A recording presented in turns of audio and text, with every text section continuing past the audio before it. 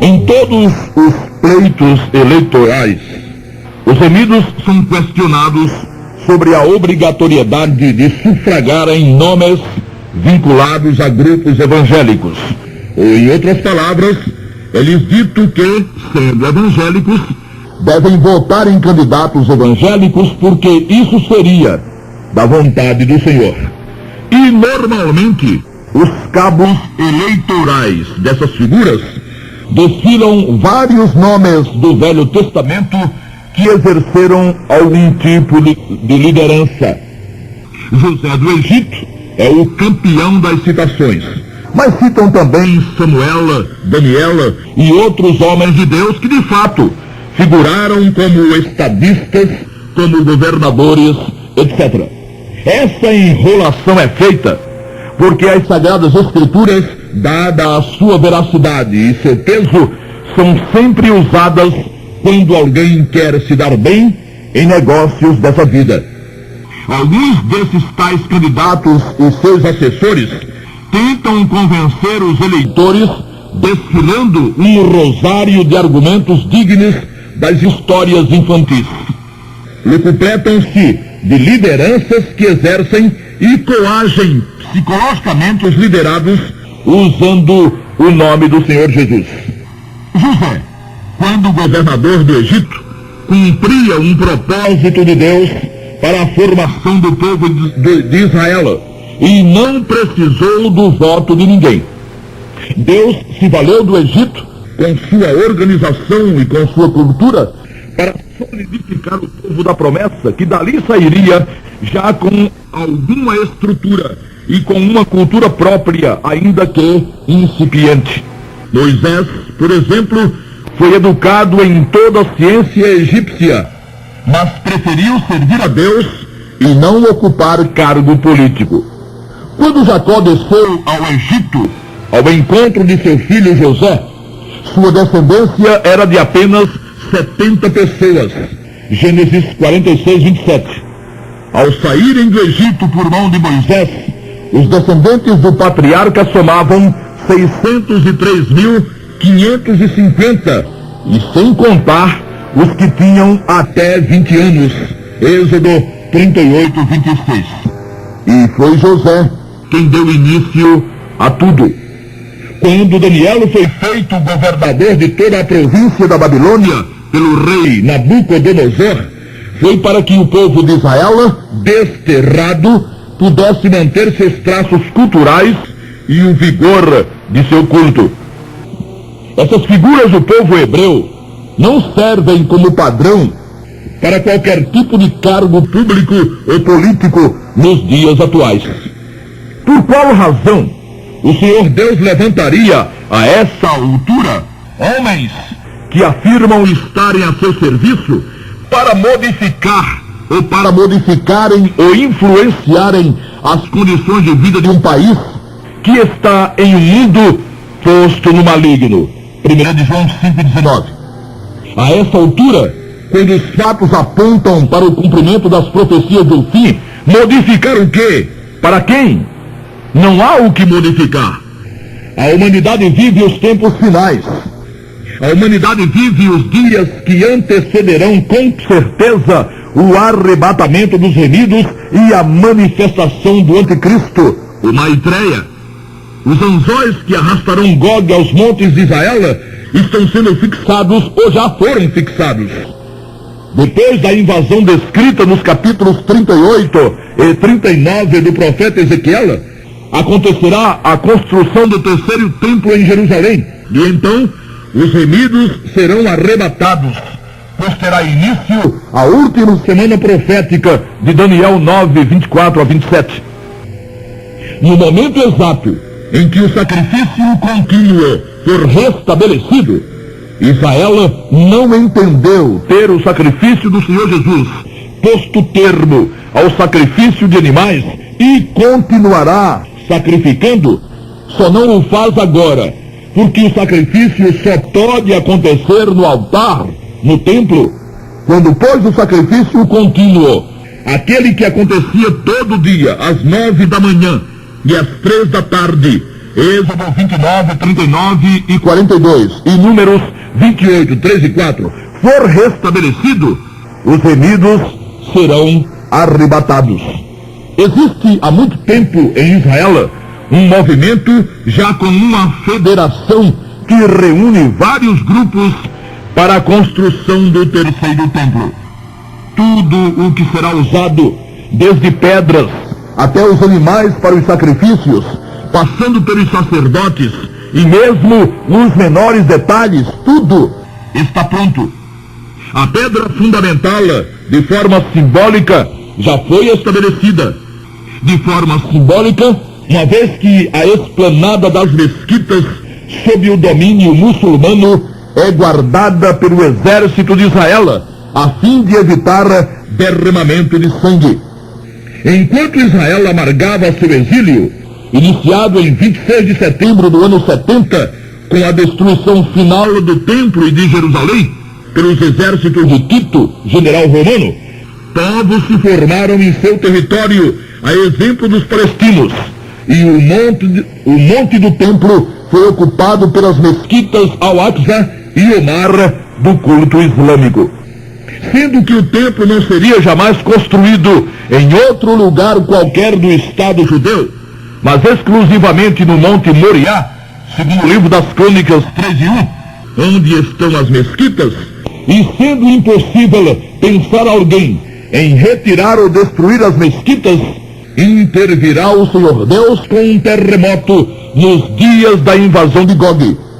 Terremoto descrito nos seguintes termos: porque disse no meu zelo, no fogo do meu furor, que naquele dia haverá grande tremor sobre a terra de Israel, de tal sorte que tremerão diante da minha face os peixes do mar, e as aves dos céus, e os animais do campo, e todos os répteis que se arrastam sobre a terra, e todos os homens que estão sobre a face da terra, e os montes cairão, e os precipícios se desfarão, e todos os muros desabarão por terra. Ezequiel 38, 19 e 20. Isso ocorrerá em Israel, na terra de Israel. Nunca houve um tempo como o tempo de agora, porquanto nenhum tempo foi o tempo do fim. O mundo globalizado, outro sim, demonstra que a situação financeira caminha para uma desestabilização generalizada, inclusive afetando mercados de primeira ordem, como Estados Unidos, Alemanha, França e Japão, entre outros. Está tudo ficando pronto para o reinado do Maitreya, que só virá depois da manifestação de Gog. Em tais circunstâncias, por que Deus estaria envolvido na reconstrução do mundo político, levantando homens sob seu nome e sob sua autoridade? Por acaso o mundo não vive os dias descritos na parte final de Apocalipse 11, 18? Por acaso não é chegado o tempo de destruir o Senhor Deus, aqueles que destroem a terra?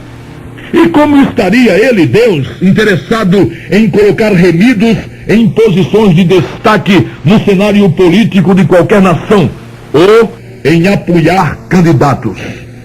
Seu nome é que anda sendo usado em vão por muita gente que quer se dar bem. E não existe um cabo eleitoral melhor e maior que o nome do Senhor. Agora, que isso não ficará de graça, não ficará mesmo. Vamos ao Bema, quem for do Bema. Quem não for, irá ao grande trono branco. De graça é que não ficará. O remido deve cumprir sua obrigação como cidadão, votando em quem resolver votar. Votando inclusive em outro remido, se optar por isso. Mas jamais porque Deus tenha algum objetivo na eleição de quem quer que seja, ou tenha determinado que remido vote em remido, ou em quem use seu bendito nome. Não obstante vivermos de atos políticos como cidadãos de uma nação, quando pagamos nossos impostos ou reivindicamos algum melhoramento para o exercício da cidadania, não é verdade que precisemos fazê-lo participando da política partidária, como alegam muitos. Os que citam nomes dos filhos de Israel como tendo exercido cargos públicos não conseguem nomear ninguém a quem Deus tenha levantado para tais funções nas Escrituras de depois da cruz, onde se vê a igreja composta de israelenses e gentios, igreja do Senhor e não Israel. Alguns remidos exerceram funções de Estado depois da cruz em algumas regiões do Império Romano, mas só porque já as exerciam antes de invocarem o nome do Senhor Jesus. Não está recomendado que, à guisa de transformadores do mundo, nos aspectos religioso e social, remidos enveredassem ou enveredem pela senda da política partidária. A alegação de que mais gente evangélica entre os legisladores evitará ou evitaria a proibição do exercício livre da fé evangélica não tem cabimento algum. É uma alegação espúria e fabricada para iludir quem não consegue compreender certos meandros da legalidade. E comparar o Brasil à China, país comunista, é o fim. A Constituição, a lei mãe de todas as leis, não admite qualquer cerceamento, qualquer tipo de imposição ou de proibição no que diz respeito às práticas religiosas.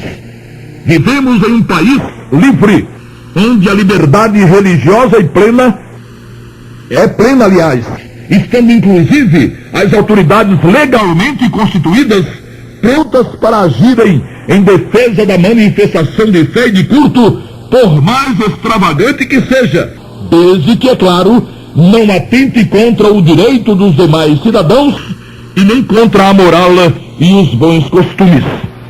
Laodiceia é o que é, miserável, desgraçada, pobre, cega e nua, porque ao invés de se envolver com a verdade e lutar por sua exposição, vive pensando em modificar e melhorar um mundo maduro para o juízo de Deus. Cega como é, a igreja atual não consegue ver sequer o óbvio.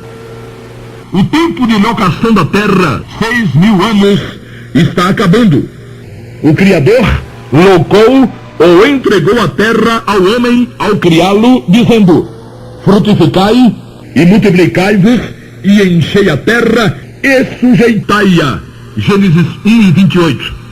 Pecando contra o Criador, preferindo ouvir a voz do inimigo, o homem sublocou ou transferiu-lhe a posse da terra. Satanás declarou isso de forma clara, dirigindo-se ao Senhor Jesus, depois de mostrar-lhe os reinos do mundo, dizendo: dar-te-ei a ti todo este poder e a sua glória, porque a mim me foi entregue, e dou-o a quem quero. Portanto, se tu me adorares, tudo será teu. Lucas 4, versículos 5 e 6. O Senhor reconheceu estar o inimigo de posse dos reinos deste mundo, não contestando-lhe a afirmação. E é claro, não foi Deus quem entregou a terra ao inimigo, foi o homem. E só no livro do Apocalipse tem-se o registro do tempo em que a locação terminará, estando escrito: e tocou o sétimo anjo a sua trombeta, e houve no céu grandes vozes que diziam: os reinos do mundo vieram a ser de nosso Senhor e do seu Cristo, e ele reinará para todo sempre.